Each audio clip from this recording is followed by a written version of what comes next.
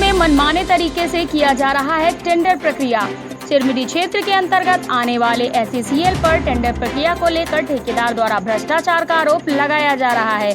ठेकेदार का कहना है कि SECL उप क्षेत्रीय प्रबंधक द्वारा अपने अधिकार एवं पद का दुरुपयोग करते हुए 2 लाख की राशि तक के कार्यों का ठेका अपने चुनिंदा चहेते ठेकेदारों को दिया जा रहा है, जिसमें सिर्फ 40% कार्य का निष्पादन किया जा रहा है, बाकी का 60% बतौर कमीशन बांट लिया जाता है।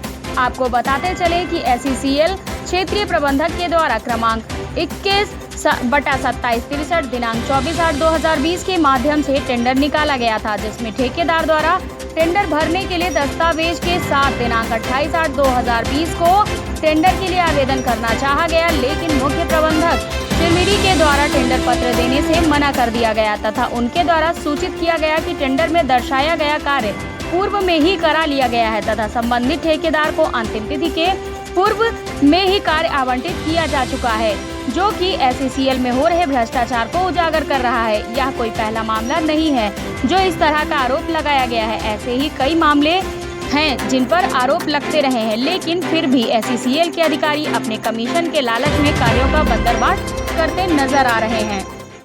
परिचय बताएंगे अपना? मैं मनीष सिंह, सिविल कॉन्ट्रैक्टर हूँ। अभी आपके द्वारा SECL पे एक आरोप लगाया गया लिखित में टेंडर को लेकर, इस पर आप क्या कहना चाहेंगे? क्या है कि 24 तारीख को एक टेंडर निकला था OCM से, ओपन कास्ट चिरमिरी से, जिसका मैं फॉर्म भरने गया था, जिसके लिए चीफ इंजीनियर जो सिविल हैं उनका सिग्नेचर लगता है। मैं उनके ऑफिस गया, उनसे मैंने आवेदन देकर कहा कि मुझे टेंडर भरना है, मुझे टेंडर फॉर्म दिया जाए, उसके लिए सिग्नेचर कर दीजिए। उनके द्वारा कहा कि टेंडर आवंटित हो चुका है, आप दूसरे टेंडर में आइएगा। मैंने कहा भाई टेंडर तो अभी आपने निकाला नहीं, बोले तो आवंटित हो चुका है, अब इसको हम आपको नहीं दे सकते। तो इसके लिए फिर मैं सब एरिया साहब के पास गया, अनीस अहमद जी के पास, उनके पास गया। उनके पास एक लिखित आवेदन मैंने दिया कि मुझे टेंडर भरना है और मुझे ऐसा ऐसा बोला जा रहा है। तो अनीस अहमद जी ने कहा कि ठीक है, आप 2 दिन बाद आइए मिलने, ऐसा बोल दिया गया, बस हो गया। उसके बाद अभी तक किसी तरह की ना कोई कार्रवाई की बात हुई, ना मुझे टेंडर फॉर्म दिया गया। इस पर आप क्या कार्रवाई चाहते हैं? अब इस पर मैं कार्रवाई चाहता हूँ, या फिर इसकी जांच की जाए किसी सक्षम अधिकारी द्वारा, और सक्षम अधिकारी द्वारा अगर जांच की जाती है तो मुझे लगता है ऐसे कई घोटाले जो पहले से ये लोग करते आ रहे हैं वो पूरे के पूरे पोल खुलेंगे उनके भी। SECL के खिलाफ अभी टेंडर को लेकर बहुत सारी विवाद सामने आ रही है, इस पर आप क्या बोलना चाहेंगे? SECL पूरी तरह से अपने जिम्मेदारी से दूर होकर केवल और केवल भ्रष्टाचार करने में लगी हुई है। आश्चर्य का बात है कि नियम कानून तो ऐसा लगता है कि इनके बाप दादा के अपने जेब का खेती मूली है। ये हमारे यहाँ 2-2 लाख का टेंडर करने का एक नया प्रचलन आया है।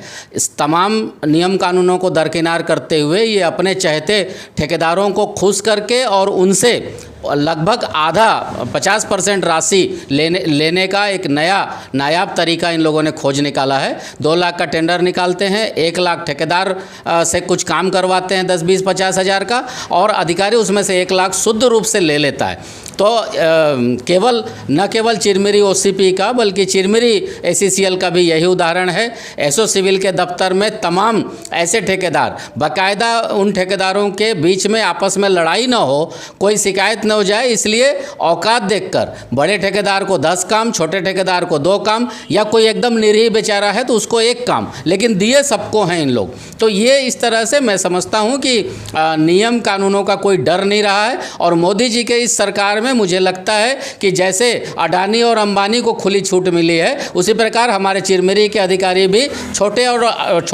अडानी और अंबानी बनाने में लगे हैं। और जो भी थोड़े मोड़े अच्छे काम भी होते थे, उन सब ठेकेदारों को चोरी करने के एक नया सिगुफा इन लोगों ने सिखाया है। और मुझे लगता है कि हमारा चिरमिरी जितना पैसा ACCL का वेलफेयर के नाम से, निर्माण कार्यों के नाम से, जो निवासी क्षेत्र हैं, जो हाउस होल्ड एरिया हैं, उन घरों के रिपेयरिंग के नाम से जो पैसे खर्च किए गए हैं, मुझे लगता है कि वो पानी में बहा दिया गया है और इनकी उच्च स्तरीय जांच की आवश्यकता है। और मुझे ये भी आश्चर्य है कि लगातार RTI लगाने के बाद भी ACCL के न तो जन सूचना अधिकारी सही जवाब देते हैं, न प्रथम अपीलीय अधिकारी देते हैं, न द्वितीय अपीलीय अधिकारी देते हैं। तो मुझे लगता है कि एक बहुत गंभीर समस्या है और इसे किसी विधानसभा या किसी लोकसभा, किसी सदस्य के द्वारा लोकसभा में उठाए जाने की आवश्यकता है। अरे रुकिए रुकिए रुकिए, कहाँ जा रहे हैं? अभी ख़त्म नहीं हुआ है।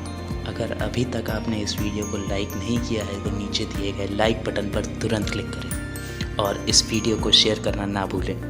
बगल में सब्सक्राइब का भी बटन है, कृपया सब्सक्राइब पर ज़रूर क्लिक करें और नोटिफिकेशन बेल को दबाएं और हमारे सारे वीडियोस को सबसे पहले देखने का मौका पाएं।